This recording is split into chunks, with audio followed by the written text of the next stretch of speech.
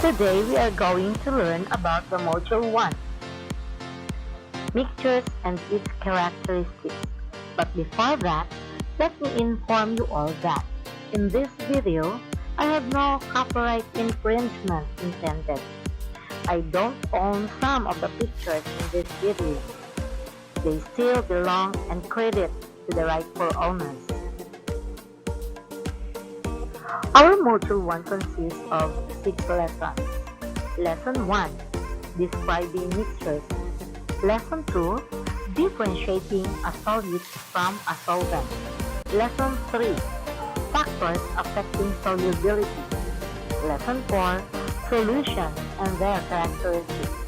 Lesson 5, Colloids and their characteristics. And Lesson 6, Suspension and their characteristics. Almost all of the things around us is made up of mixtures. So when we say mixtures, mixtures are combinations of two or more substances mixed together, just like what we have seen in the picture. They have different characteristics. What are they? They are the solid, liquid, and gas. I have here examples for the solid, the liquid, and the gas. For the solid, we have pliers, jackhammer, bulldozer, forklift, helicopter, false teeth, hammer, submarine, clock, and saw. Meaning to say, all of the hard objects that we can see around us, they are solid. For the liquid, we have cocoa, water in the bathtub, fresh water, we have the soap, sink water, melted snow, milk, juice, beach water, and river water.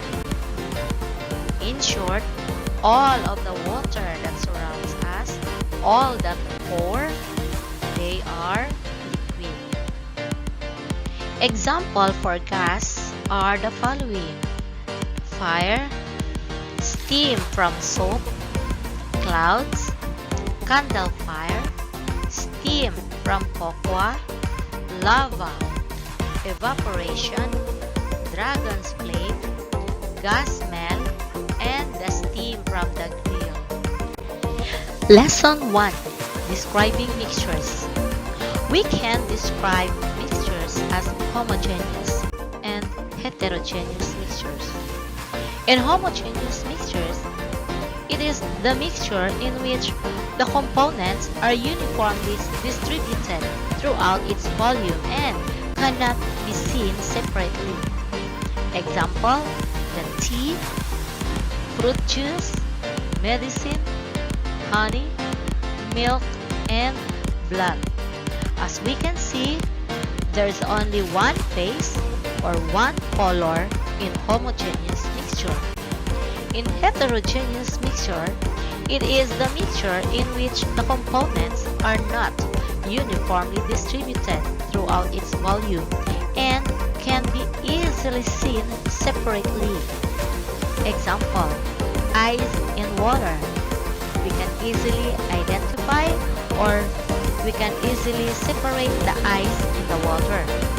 Soapy noodles. In soapy noodles, we can easily identify some of the ingredients like the spices, the vegetables, and many others. Assorted candies. There are lots of colors as we can see. Assorted dried fruits. We can easily identify the different kinds of dry fruits in the bowl. Another is in the soil. In the soil, we can identify different phases like the stone, the soil, the sand, and many others. Another is the oil in water. We can identify which is the water and which is the oil. Lesson 2, Differentiating a solid from a solvent. In order to have a solution, we need to have solvent and solute. Solvent is the substance used to dissolve a solute. Water is called the universal solvent. Solute, the substance that is being dissolved by the solvent. Solution is a mixture consisting of a solute dissolved into a solvent. Solvent plus solute equals solution. I have here examples of a solution. The first solution here is a coffee drink. It consists of boiling water and a powdered coffee. Another solution is a juice drink. Juice drink is a combination of cold water and juice powder as solute. Another solution here is the Milo drink. For the Milo, the solvent is boiling water and the solute is the powdered Milo. Solutes that cannot be dissolved in solvent is called insoluble, and solute that can be dissolved in solvent is called soluble. Lesson 3. Factors affecting solubility. There are factors that affect the solubility. First is the temperature of solvent. Second, nature of solute and solvent. Third, manner of stirring. Fourth, amount of solvent. And the fifth, size of the solute. For temperature of solvent, higher temperature solvents will dissolve solid solids faster. Like for example, if our solvent is cold, is different from hot solvent. For nature of solute and solvent, different solids have different solubility in the same solvent. Example, salt dissolves in water better than baking soda does. In the manner of stirring, solute won't dissolve into solution until it is stirred. For amount of solvent, how much solute is dissolved in a given amount of solvent?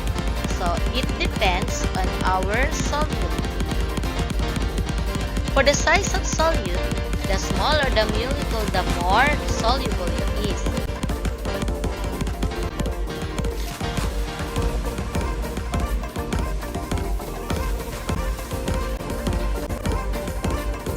Lesson 4. Solutions and their characteristics. Solution exists in liquid, solid, or gas. It is a homogeneous mixture of one or more solids dissolved in solvent. Common materials that can be added in the given solvent to form a solution. Our solvent must be water. Water plus powdered juice will result to juice solution. Water as solvent plus coffee as our solute will result to coffee solution. Water as solvent plus milk or powdered milk as solute will result to milk solution. Water plus powdered Milo as solute will result to Milo solution.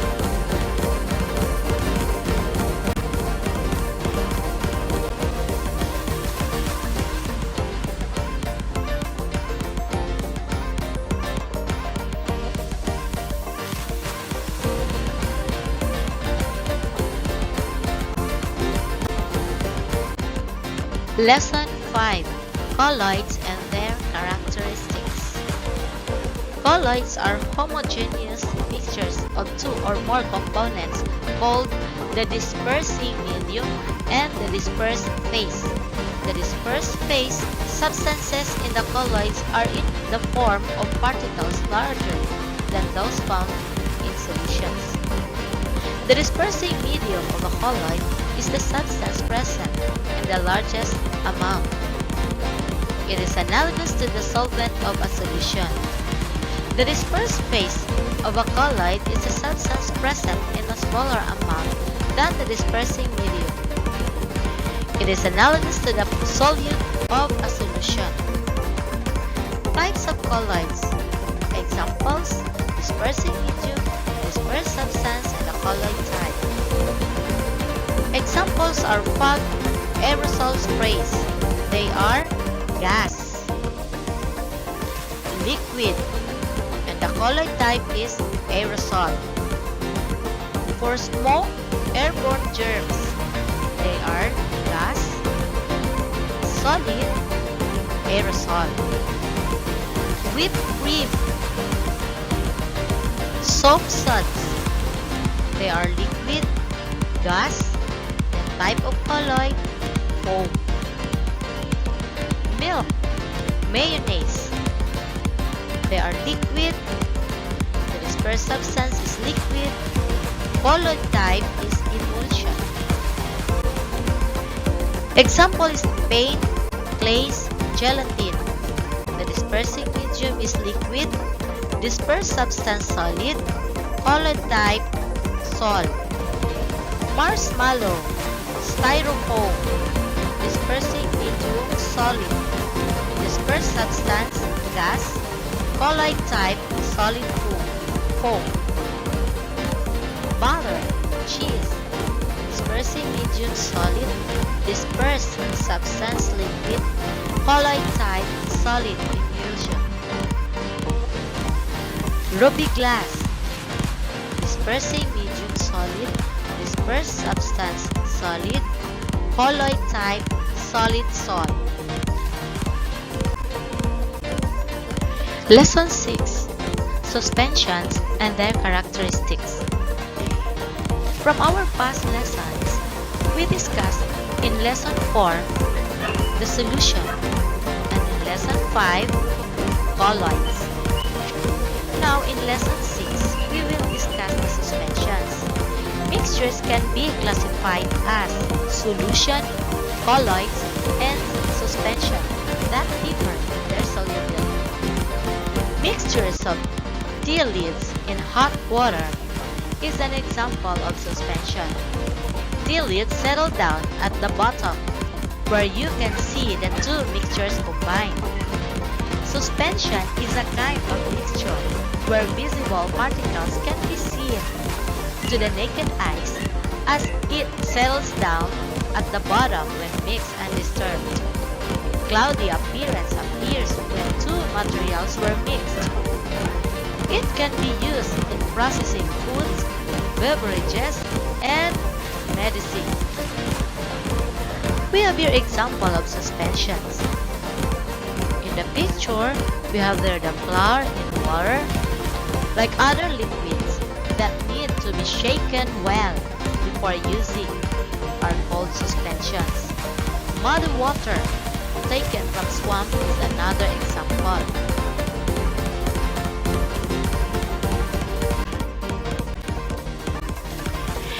Now let's differentiate the solutions, the colloids, and the suspensions.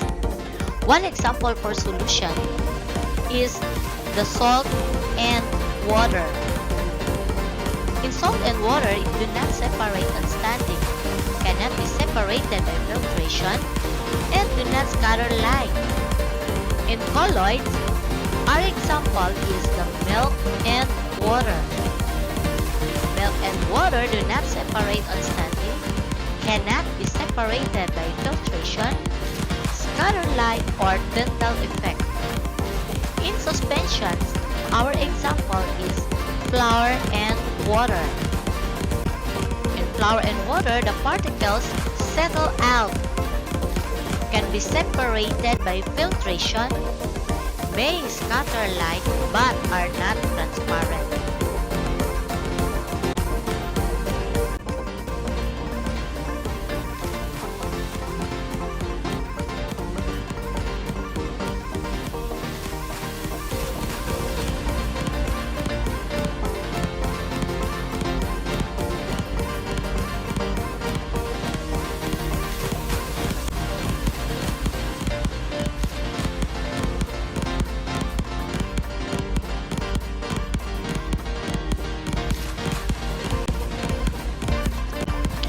And that would be all for the Module 1, Lesson 1 up to Lesson 6. Always remember that mixtures are always with us every day. We need them, we use them. Bye-bye!